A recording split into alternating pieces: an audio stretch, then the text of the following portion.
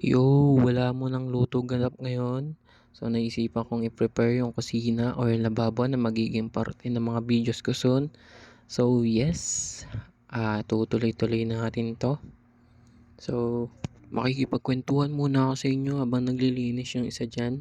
So kusina nga pala ang isa sa mga paborito kong parte ng bahay. Dahil aside sa andito yung pagkain, syempre isa sa mga hobby ko kasi yung pagluluto. Hindi ako ganun ka-perfect magluto, pero bilang isang lalaki, malaking advantage tingin ko kung marunong magluto.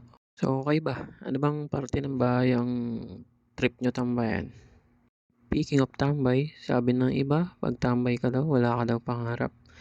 Isip-isip ko naman, nakadepende naman yun sa tao kung paano nila i-adapt yung sarili nila bilang isang tambay.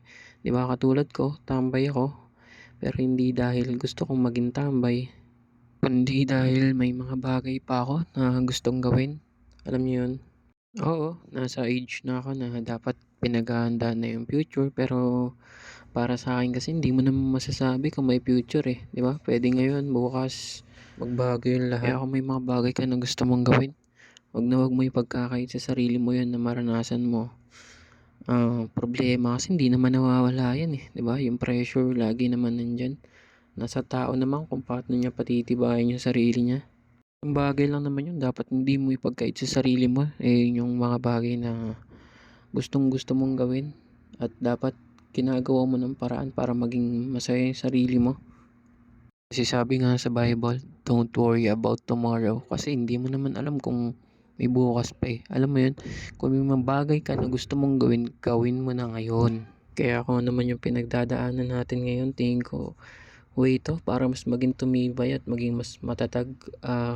Pagpasalamat na siguro natin na nararanasan pa natin itong mga bagay na to. Alam mo yun, namumblema ka, masaya ka, malungkot ka, pasalamat ka na lang na nararanasan mo yung mga bagay na yan. Kasi alam mo yun, hindi naman lahat ng tao nabibigyan ng pagkakataon na makaramdam ng ganito.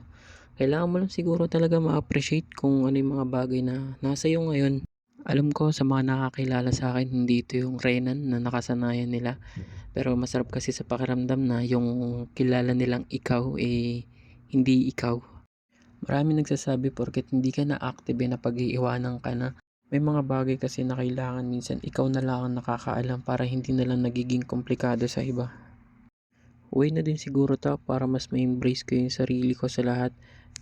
Kaya samahan nyo ako sa platform na gagawin natin yung mga luto serye, yung iba pang ganap ngayong year 2025. Hindi ito magiging madali pero mas magiging mahirap to kung hindi natin to susubukan.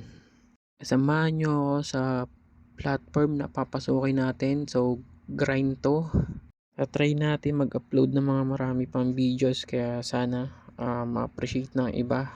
Kaya advance salamat na agad sa mga susuporta.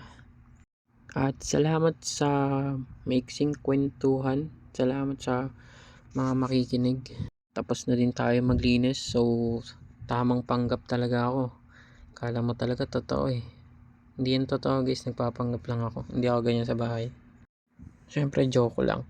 So prepare ko lang yung mga magagamit ko sa susunod na videos na i-upload ko guys. So ang main goal ko lang naman dito is ma-sanitize yung mga dapat ma-sanitize, maitapon na yung mga dapat maitapon, para sa mga susunod na videos maging komportable yung paggalaw.